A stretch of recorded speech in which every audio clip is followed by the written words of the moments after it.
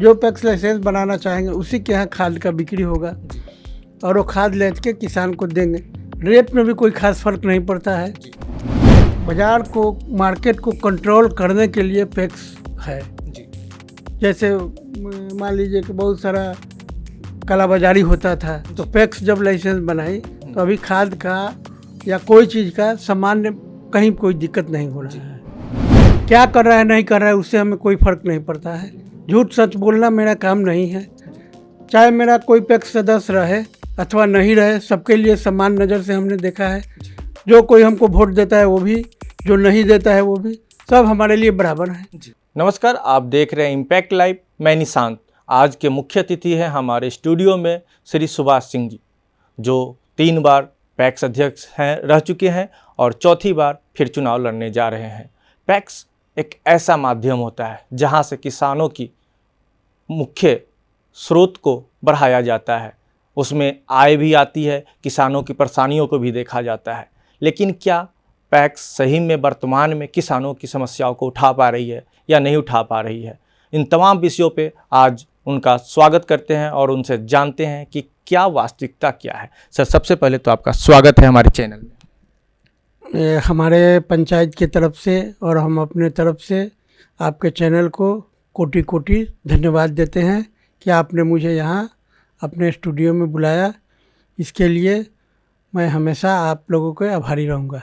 Sir, सबसे पहला सवाल, जो किसानों की समस्या होती है, क्या सही में पैक्स उसका निराकरण कर पा रहा है? पैक्स एक सहकारी संस्था है।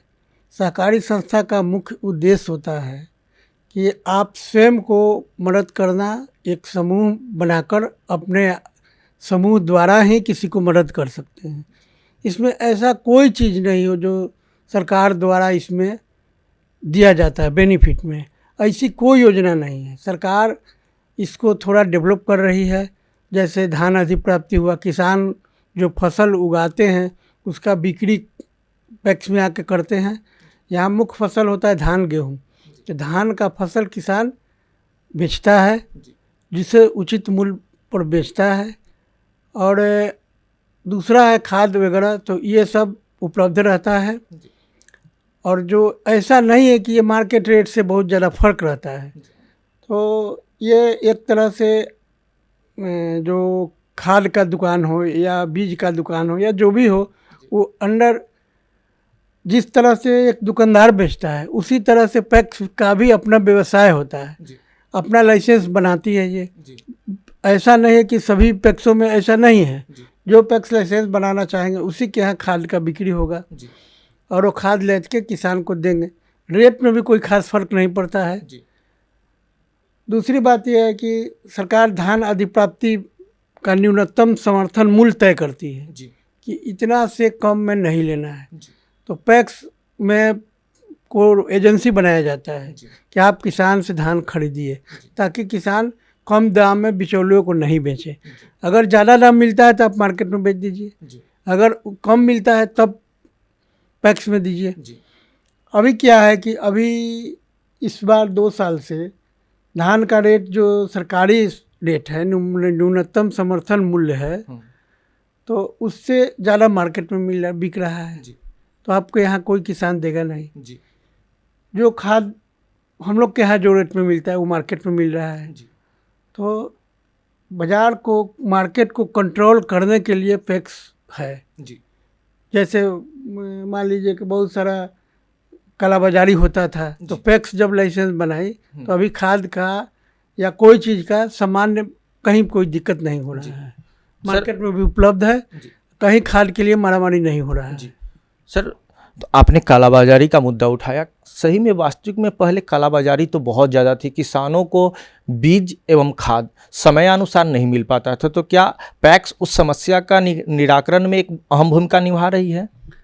निभा रही है। 2 साल से कहीं भी कोई भी किसान के नहीं सुने होंगे कि यूरिया के लिए लाइन में लगा, या जो कभी कभी सरकार के तरफ से ही या स्टॉक कम हो जाता है, तो उस तरफ 2-3 साल पहले हुआ था। लेकिन अभी सरकार द्वारा भी सभी खाद बीज वगैरह का उपलब्धता हर दुकान के पास है।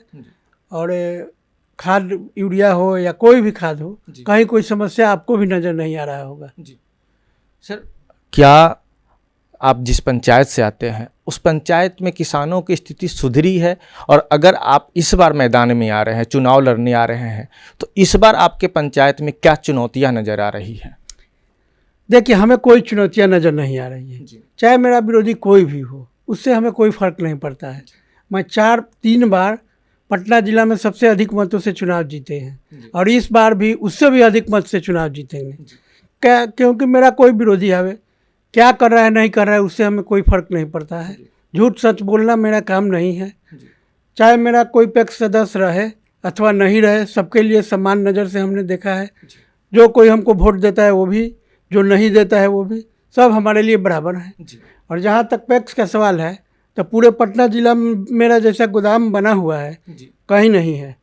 मेरे यहाँ कृषि यंत्रिकी योजना के अंतर्गत कृषि संबंधित जो जैसे ट्रैक्टर है या रोटावेटर है, ये सब उपलब्ध है। जिस किसान को ज़रूरत होता है वो ले जाता है।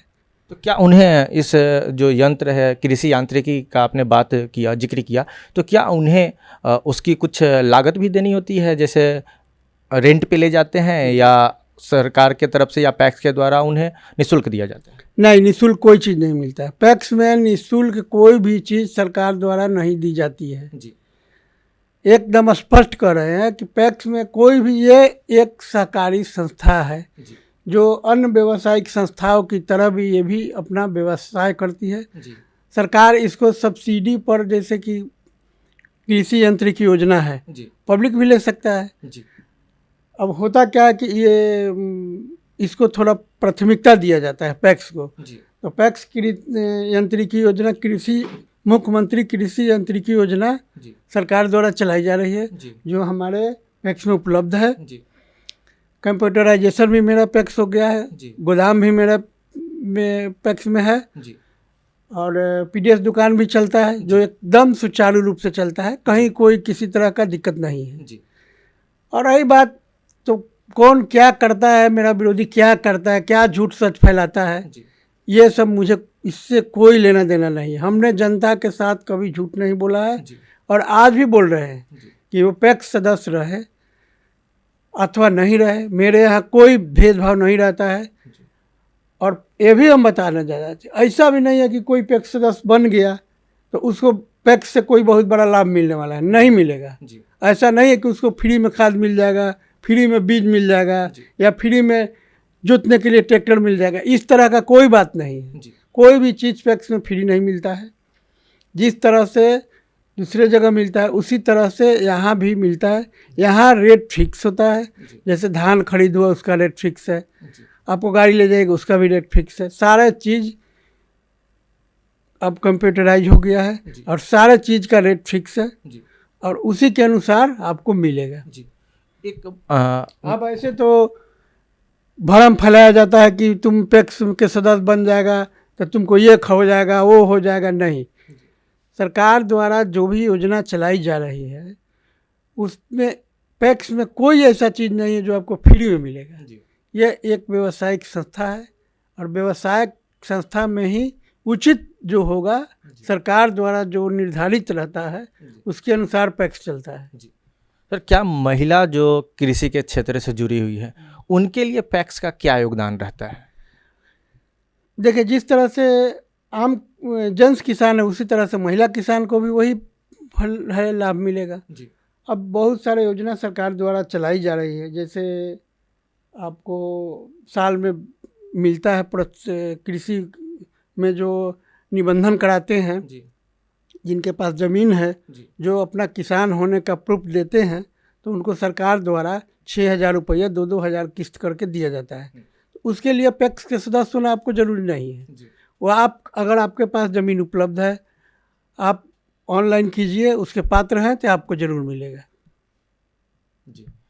सर, एक अहम सवाल यह उठता है कि जो पैक्स होते हैं ना, वे कहीं ना कहीं पूरे बिहार में एक भ्रम फैलाई गई है कि पैक्स अपना निराकरण नहीं कर पाता है खुद से, सब्सिडी सरकार पे अपनी पक्ष नहीं रख पाता है, दबाव नहीं बन पाता है, जिससे किसानों को सही समय पे उनके जो धान खरीद जाती है या गेहूं खरीदी जाती है उसका मुआवजा उन्हें नहीं मिल पाता है। नहीं, एकदम मिल जाता है। ये बातें एकदम बहुत गलत है। जो भी किसान धान बेचता है उसको 24 घंटा में पेमेंट हो जाता है।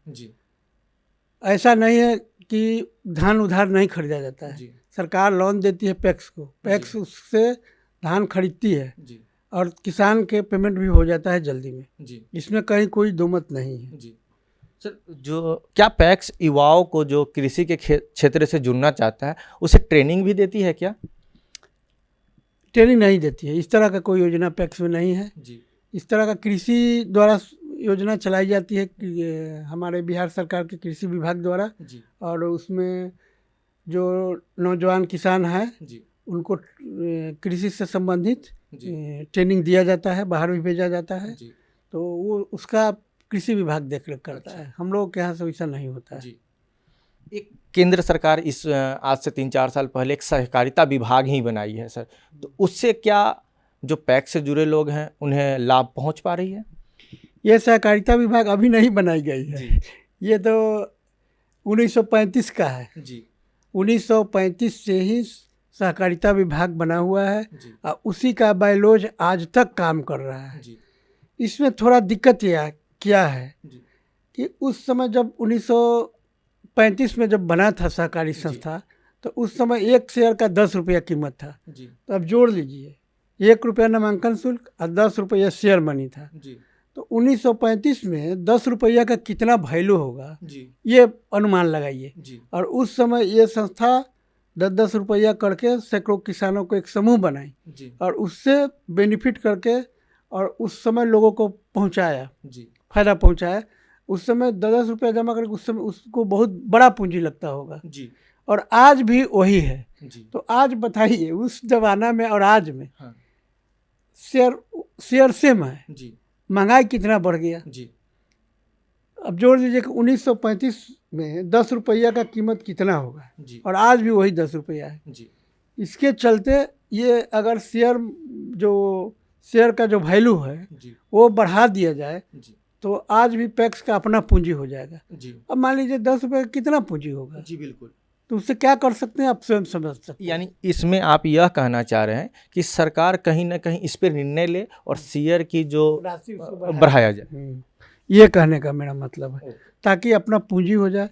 जब आपको करोड़ों रुपया पूंजी हो जाए किसी भी क्षेत्र में उसको लगाइएगा तो बेनिफिट होगा। जैसे रेलवे हुआ या कोई भी कंपनी में लगाइए, इफको हुआ, क्रिप्को हुआ, सब में शेयर लगाइएगा तो उसका बेनिफिट होगा। तब किसान में उसको वितरण किया जाता है। अब जोड़ लीजिए कि 10 रुपया शेयर है तो उसमें कितना आप लगाइएगा कि आपका पैक्स भी चलेगा और किसान को भी लाभ दे सकते हैं। तो इसको थोड़ा बदलने की ज़रूरत है।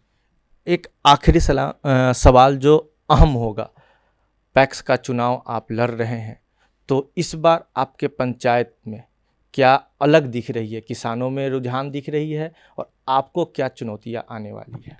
हमारे साथ कोई चुनौतियां नहीं है। सारे किसान, सारे जनता मेरे साथ हैं। साथ ही नहीं, आने वाला समय में भी रहेंगे। ये समय क्या है, आने वाला समय में भी रहेंगे और हमें कोई चुनौतियां नहीं है। चाहे कोई हो, विरोधी अपना ये करेंगे वो करेंगे, करते रहे, उससे कोई फर्क नहीं पड़ता है हमें। उसको जो करना है, झूठ साथ 9-6 इस सब के फेरा में नहीं रहते हम। और आपको बता देते हैं, आप किसान और जनता से अगर झूठ बोलते हैं तो ये भी याद कर लीजिए कि चुनाव के बाद उसी जनता के पास आपको फिर जाना पड़ेगा। और आज अगर आप कोई वादा कर देते हैं और उसको नहीं पूरा करते हैं तो फिर वही जनता आपको क्या जवाब देगी, इस बारे में भी सोच लीजिए। हमने 15 साल से है कोई झूठा वादा नहीं किया है और नहीं करेंगे। जो है वो चलता रहेगा। इससे कोई आपको पैक्स सदस्य बनने से या हमको अध्यक्ष बन जाने से कोई बहुत बड़ा ये नहीं हो जाएगा। जिस तरह से है उसी तरह से चलता रहेगा। और झूठा वादा ये सब करना मेरे जहन की बात नहीं है और मैं किसी को चुनौती नहीं मानता हूँ। तो अभी आप सुन रहे थे सुभाष सिंह जी को, जो बड़े ही बेबाक अंदाजों में पैक्स की कमियों को लेकर, पैक्स की खूबियों को लेकर और पैक्स में किन किन बातों पर ध्यान रखना चाहिए, सहकारिता विभाग की क्या योजनाएं लानी चाहिए और किसानों की क्या चुनौतियाँ होती है, इन तमाम विषयों पर खुलकर बात रखी है। मैं धन्यवाद देता हूँ सुभाष सिंह जी का, जो आपने हमारे चैनल में अपना समय दिया। मेरे तरफ से पुनः आप सभी इस चैनल के सभी लोगों को कोटि कोटि प्रणाम, नमस्कार, धन्यवाद। ऐसे ही ताज़ा तरीन खबरों के लिए देखते रहें इम्पैक्ट लाइव। बहुत बहुत धन्यवाद।